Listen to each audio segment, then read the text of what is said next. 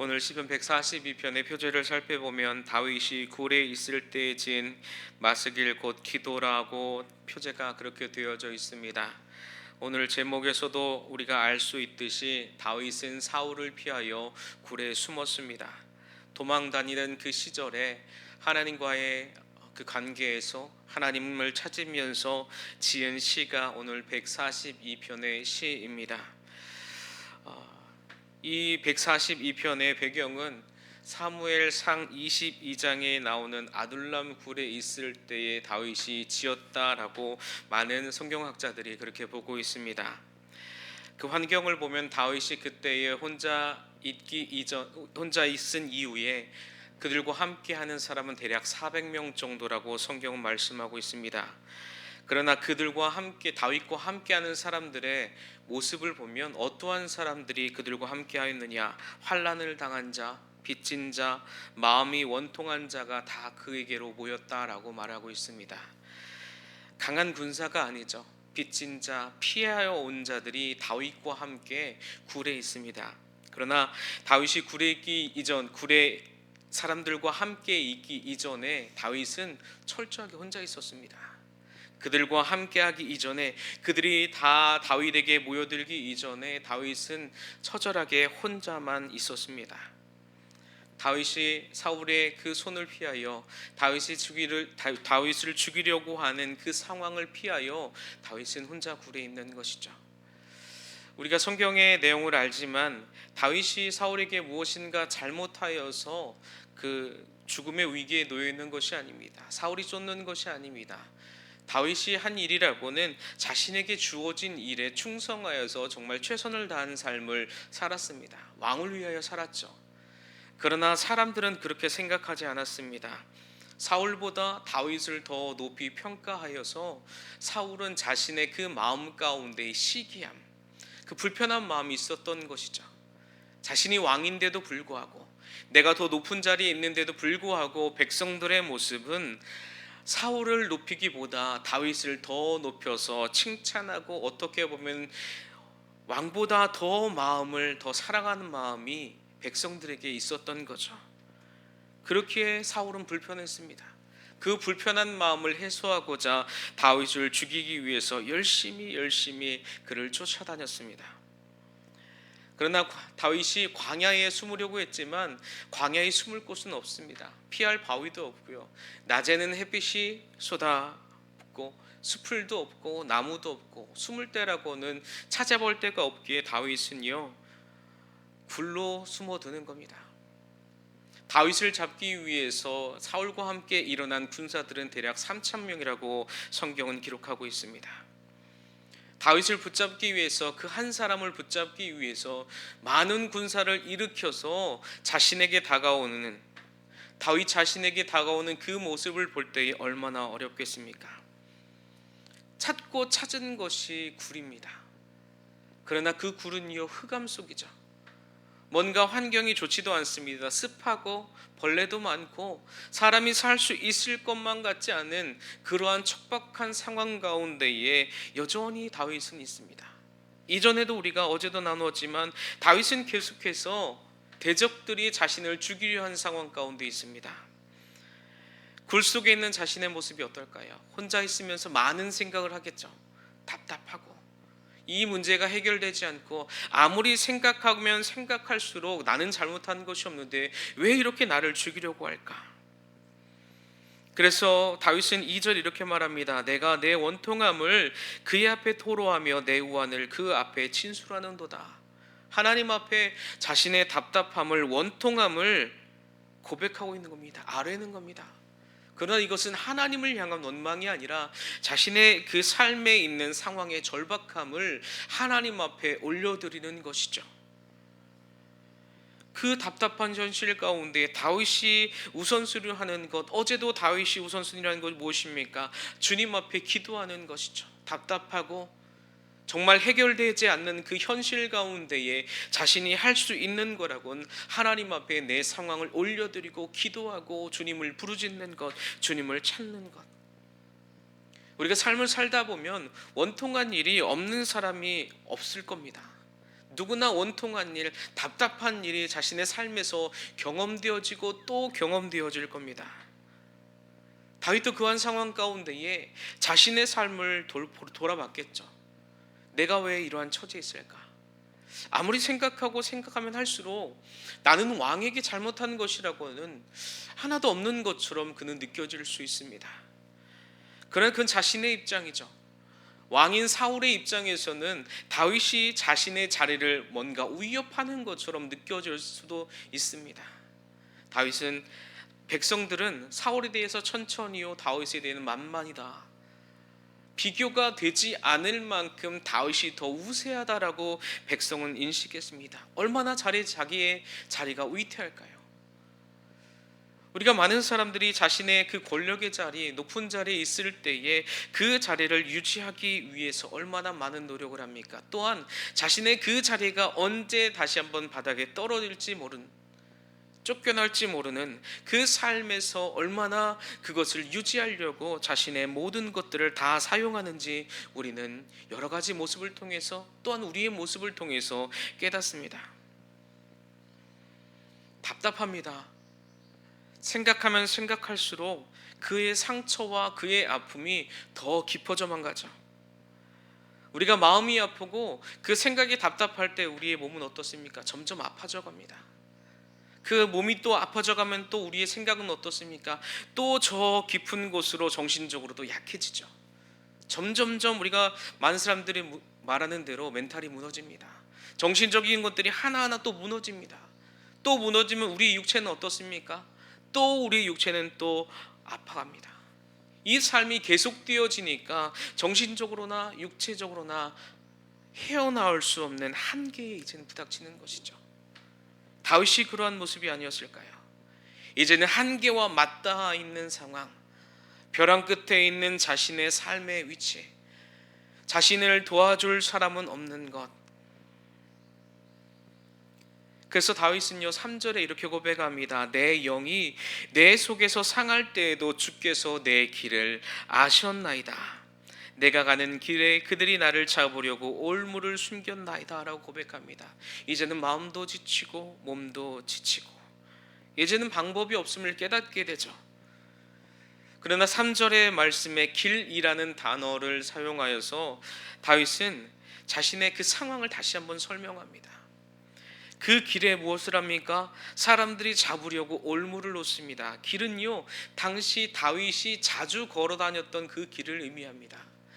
다윗이 늘 즐겨 걷던 그 길, 사울이 사람들을 수소문해서 다윗이 걸어가는 그 길, 다윗을 잡기 위해서 여러 가지 방법을 사용하는 겁니다. 사람들을 불러 모아서 다윗이 어디를 갔을까? 어느 길을 이용할까? 그래서 다윗이 가는 그 모든 길목마다 올무를 놓는 겁니다. 철저하고 치밀한 사울의 모습, 그를 잡기 위해서. 이제는 막다른 길입니다. 현실적으로 이제는 더 이상 도망갈 그 길이 없습니다. 그래서 자신의 모습을 그렇게 말하죠. 내 영이 내 속에서 상할 때, 정신적으로나 육체적으로나 점점점 더 어둡게 가고 힘들어가는 그 탄식할 수밖에 없는 그 상황, 자신의 마음은 이미 어둠으로 덮여져 있고 자신의 있는 그 삶도 돌아보면 고통이고 아픔이고 도와줄 사람 하나도 없는 그 상황 가운데에 점점 약해져 갑니다. 마음이 약해져 가니 어떻습니까? 이 상황을 벗어나고자 하는 마음조차 그의 마음에는 이제는 점점점 사라져 갑니다. 어떻게 보면 심리적인 공황의 상태죠. 아무것도 할 수 없는 상태, 무언가 하려고 하는 의지도 없는 그 무기력한 상태. 세상을 살아가다 보면 우리가 이럴 때를 만나기도 합니다. 정말 무기력할 때, 내가 왜 이렇게 살아야 할까? 희망도 없고 소망도 없고 나를 돕는 이도 없고 내가 어디로 가며 내가 무엇을 해야 될까? 아무런 현실에 희망도 없이 살아가는 그때, 그 수렁과 같이 깊은 곳으로 우리를 살아가도록 그냥 내버려 두시는 그 하나님을 또 원망하고 또 원망하고, 다윗은요 자신의 삶 가운데에 그렇게 자신의 정신적인 공간, 모든 것들이 다 할 수 없는, 모든 것들이 아웃되어진 상태, 근데 그 상황으로 끝나지 않습니다. 오늘 사절의 말씀을 보면 자신의 상황이 얼마나 절박한지 다시 한번 고백합니다. 오른쪽을 살펴보소서. 나를 아는 이도 없고 나의 피난처도 없고 내 영혼을 돌본 이도 없나이다. 아멘. 이 말씀을 세번역 성경에서는 이렇게 번역합니다. 아무리 둘러보아도 나를 도울 사람이 없고 내가 피할 곳도 없고 나를 지켜줄 사람이 없습니다. 하나님, 나는 지금 너무나 어렵습니다. 오른쪽이 상징하는 바는 보호와 은혜를 상징합니다. 또 오른쪽의 의미는요, 힘을 상징하죠. 자신의 힘도 없고 자신과 함께하는 사람들 하나 둘씩 모여들었지만 이들이 가지고 있는 것이라고 무엇이 있겠습니까? 사람들을 피하여 이들도 숨어든 사람들인데 뭔가 이들이 모여들어서 뭔가 나에게 힘이 되지 않을까라는 그 생각조차 하나하나 다 박탈되어져 가고 다 무너져 가는 것. 하나님께서 이 상황을 모르실까요? 절박하고 긴박하고 모든 것을 다 포기할 것만 같은 이러한 상황 가운데, 그러나 하나님은요, 그 상황 가운데에서도 함께하고 계십니다. 그럼에도 다윗은 그 상황을 알고 있음에도 불구하고 왜 하나님 앞에 자신의 그 상황, 이 절박한 사랑을 다시 한번 하나님 앞에 확신시킬까요? 하나님이 다 알고 계신데요, 동행하고 계신데요, 그의 옆에서 그가 힘들 때마다 위로하여 주시고 힘을 주시는데 왜 다윗은 하나님 앞에 지금의 상황을 다시 한번 하나님 앞에 왜 직접 확인시킬까요? 그 이유는 한 가지입니다. 하나님께서 자신을 반드시 도우셔야만 한다는 당위성을 말하는 겁니다. 하나님이 도우시지 않으면 나는 끝입니다. 하나님 반드시 나를 도우셔야 합니다. 이제 하나님만 남았습니다라면 나는 그의 주님을 향한 간절함, 그것이 하나님 앞에 올려드리는 그 상황의 고백입니다. 하나님, 이제는 안 됩니다. 이제는 길이 없습니다. 하나님, 함께하는 사람들을 보소서. 이들이 나를 도울 수 있겠습니까? 누가 나를 도울 수 있겠습니까? 좋아지지 않는 상황 가운데 그 탄식은 더 깊어지죠. 하나님 앞에 자신의 상황을 올려드리는 그 아픔은 더 크기 때문에 하나님 앞에 더욱더 간절히 호소합니다.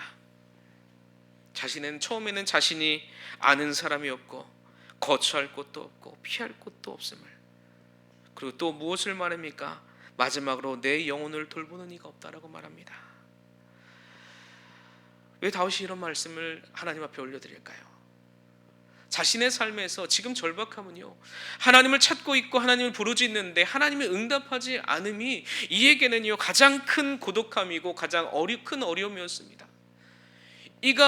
다윗이 정말 정신적으로 모든 것들이 다 무너지고 육체적으로 무너질 수밖에 없었던 이유가 하나님의 음성이 들리지 않기 때문에, 내가 하나님 앞에 부르짖는데 하나님께서 오늘도 응답하여 주실 것이다라는 어떠한 마음이 있는데도 불구하고 하나님께서 여전히 응답하지 않으시고 나를 벼랑으로 몰아가고 나를 죽음으로 몰아가는 그러한 현실 속에 얼마나 어렵겠습니까? 다윗의 고독함은요, 다윗의 어려움은요, 다른 데에 있는 것이 아닙니다. 하나님께서 응답하지 않는 것. 자신이 올무 앞에 있음에도 불구하고 하나님, 이 사람들이 나의 길에, 내가 다니는 그 길에 하나님 올무를 놓았는데 하나님 이것을 내가 어떻게 넘어가야 될까요? 다른 때 같으면 하나님께서 분명하게 말씀하시고 이끄셨을 텐데 하나님의 음성이 들리지 않습니다. 또 부르짖고 또 부르짖는데 내가 넘어지고 또 넘어지고 이제는 일어날 힘이 없는데도 불구하고 하나님인 응답이 없는 그 현실, 우리 그리스도인들이 가장 안타까워하고 가장 힘들어야 될 순간들이, 우리가 뭔가 경제적으로 환경적으로 어려워서 그 환경 때문에 내가 힘든 것으로 힘들어해서는 절대 아닙니다. 그것이 우리를 가장 힘들게 하는 것이 아니라 하나님 앞에 내가 기도하고 하나님을 부르짖었는데 하나님께서 오늘도 응답하지 않으시고 하나님께서 오늘도 내 옆에 없는 것처럼 느껴질 때에 우리는 주님 앞에 더욱더 발버둥치며 주님 앞에 엎드리며 하나님, 나를 만나주소서. 하나님, 내 안에 계시옵소서. 하나님이 계시는 그 증표를, 하나님께 함께 하시는 그 모습을 내게 보여주소서 하는 것. 이 말씀은요, 우리의 마음이 어디를 향해 있는가, 하나님이 자신의 삶에 보여지지 않을지라도 자신이 굴 속에서 처절하게 자신의 그 연약함을 깨달을 때에도 하나님이 응답하지 않으실 때에도 다윗의 마음은 하나님을 향해 있습니다. 문제는요, 우리의 마음이 어디를 향해 있느냐, 내가 어디를 향해 가고 있느냐. 하나님은요, 우리가 아무것도 할 수 없는 절박한 상황 가운데에서 우리와 함께하고 계시고 우리가 가야 할 길을 우리를 인도하십니다. 이끄십니다. 분명하게 우리에게 말씀하고 계시죠. 다윗의 마음이 하나님을 향해 있듯이 여러분도 다윗과 같이 하나님을 향하여 마음을 두고 계십니까? 우리의 삶이 절박하지 않다라고 해서, 우리의 삶이 고난이 없다라고 해서 하나님을 부르짖지 않는, 하나님을 찾지 않는 그런 실수를 범하지 않으시기를 바랍니다. 우리가 굴 속에 있느냐, 내가 그런 어려움을 당하고 있느냐가 중요한 것이 아닙니다. 내 안에 하나님이 있느냐, 내가 하나님과 함께하고 있느냐, 오늘도 이 어려운 순간에도, 내가 기뻐하고 감사하는 순간에도 하나님을 바라보고 하나님을 의지하고 있는가, 내가 하나님을 향해 있는가. 나중에 다윗은 그 굴 속에서 나오게 되죠. 그러나 그 나올 수 있는 그 모든 상황은요, 자신에게 있지 않았습니다. 주변을 살펴봐도 아무런 힘 있는 사람이 없기 때문에. 권력자가 있을까요? 다들 빚진 자로 도망쳐 나온 사람들인데요, 무엇을 그들에게 기대할 수 있겠습니까? 하나님은 처절하게 자신이 기대하고 있는 바, 의지하고 있는 바를 다 무너뜨리는 겁니다. 하나도 남김없이. 하나님께서 그들 가운데, 이스라엘 백성들 가운데 예루살렘에 있는 그의 성전들, 하나님이 임재하는 그곳, 그들이 의지하는 건 내가 돌 위에 하나도 남지 않도록 다 무너뜨리겠다.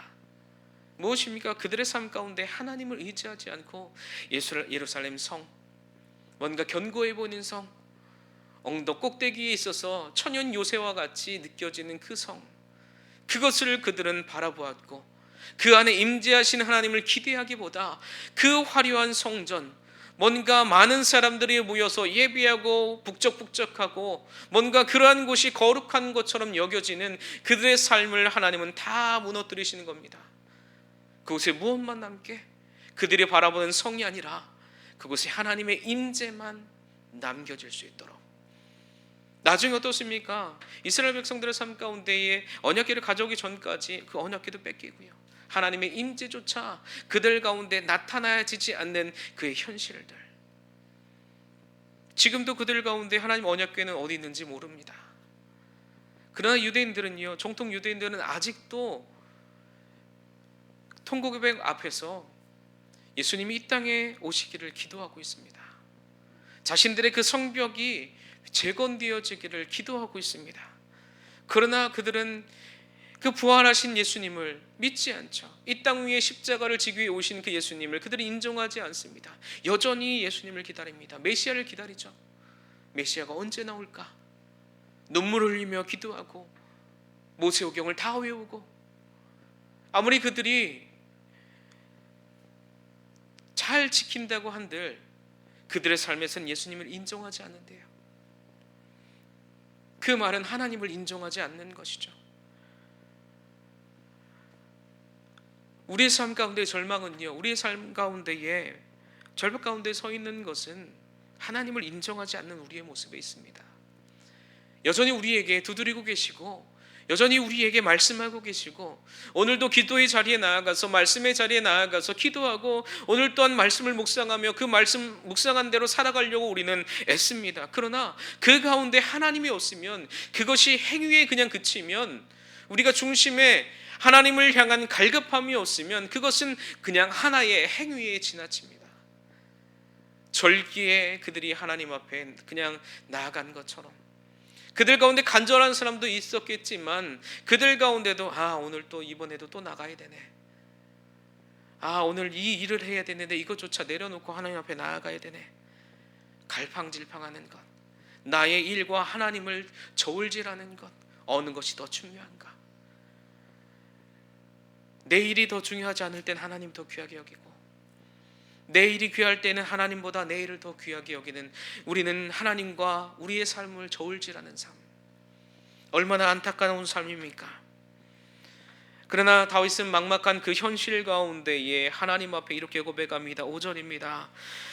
주는 나의 피난처시요 살아있는 사람들의 땅에서 나의 분기신이라 하였나이다. 아멘. 그 땅에 하나님께서 분기시라고 말씀하시는 것은 레위 사람들을 향하여 말씀하셨습니다. 레위 사람들이 하나님이 나의 분기시다. 내가 그들을 책임져 주겠다.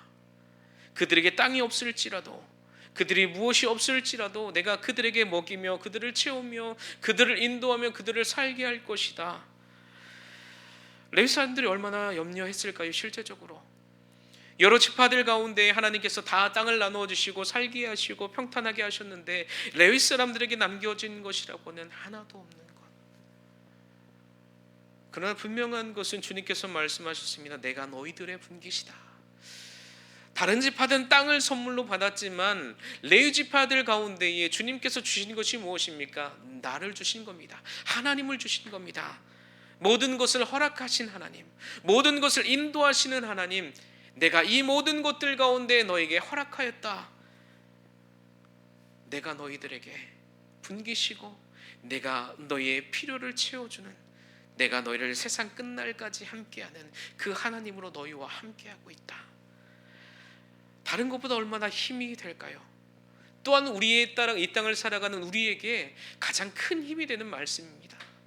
하나님의 말씀을 따라가는 자, 주님이 나의 피난처십니다. 주님이 나의 분기십니다. 시편 61절에서도 이렇게 말합니다. 다윗은 주는 피난처시요 원수를 피하는 견고한 망대이십니다 라고 다윗은 시편 61편에서도 그렇게 고백을 합니다. 하나님이 나의 피난처이심을. 아직도 자신의 삶의 문제는 해결되지 않았습니다.